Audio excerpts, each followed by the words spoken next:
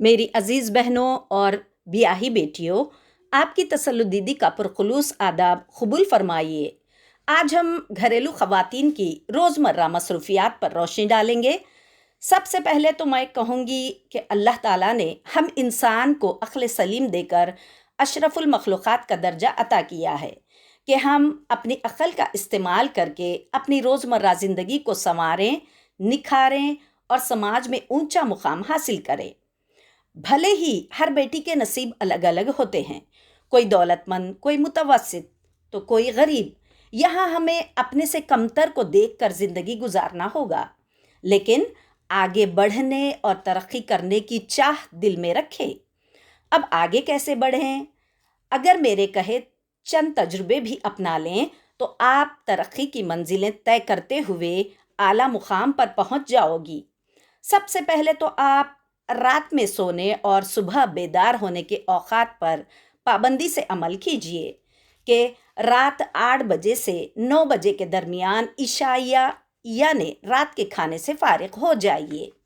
اپنے بچوں کو رات 10 بجے سے 10:30 بجے تک سلا دیں۔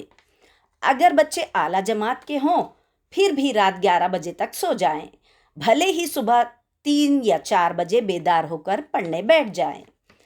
اور آپ یعنی والدہ محترمہ بھی زیادہ سے زیادہ 11 بجے سو جائیں اور صبح فجر کے وقت بیدار ہو جائیں، فجر کی نماز ادا کر کے ہی باورچی خانے میں داخل ہوں۔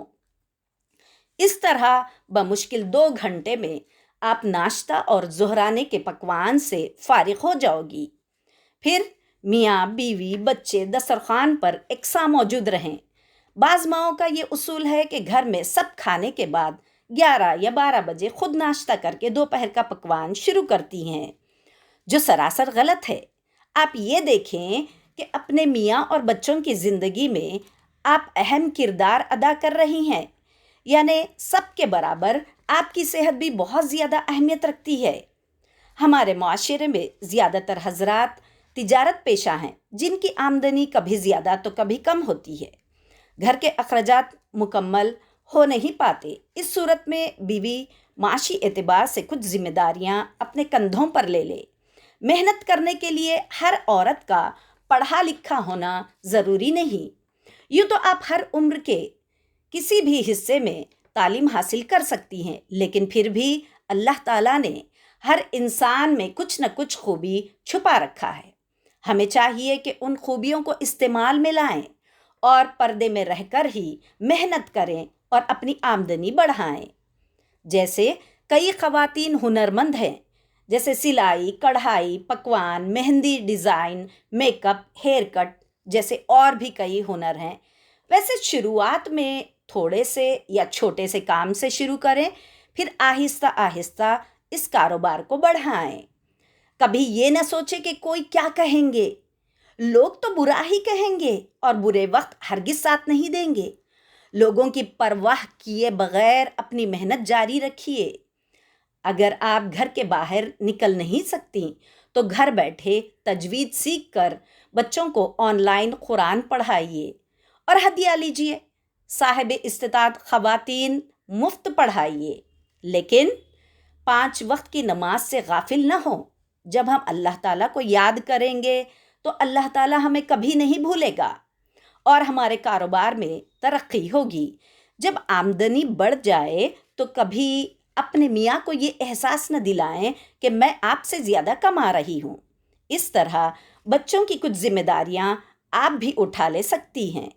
جب بھی تھکن محسوس ہو، شوہر سے شکایت نہ کریں، بلکہ ہر فرض نماز کے بعد سبحان اللہ، الحمدللہ، اللہ اکبر کی تسبیح پڑھتی رہیں۔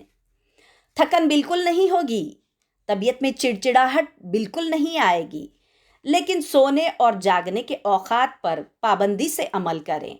اگر آپ رات دیر گئے تک موبائل فون میں مصروف رہو گی تو خدا نخواستہ کئی بیماریوں کا شکار ہو جاؤ گی اور آپ موبائل فون کی خیالی زندگی میں بھٹکتی پھرو گی، یا دیر رات تک رشتہ داروں سے فون پر بات کر رہی ہو تو دوسروں کی غیبت اور اپنی برائیوں میں اضافہ ہوگا۔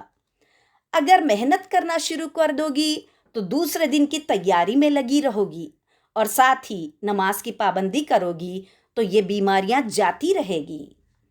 اگر آپ کو میری کہی باتیں پسند آتی ہیں تو کمنٹ کر کے بتائیے اور اس ویڈیو کو زیادہ سے زیادہ شیئر، لائک اور سبسکرائب کیجیے۔ شکریہ۔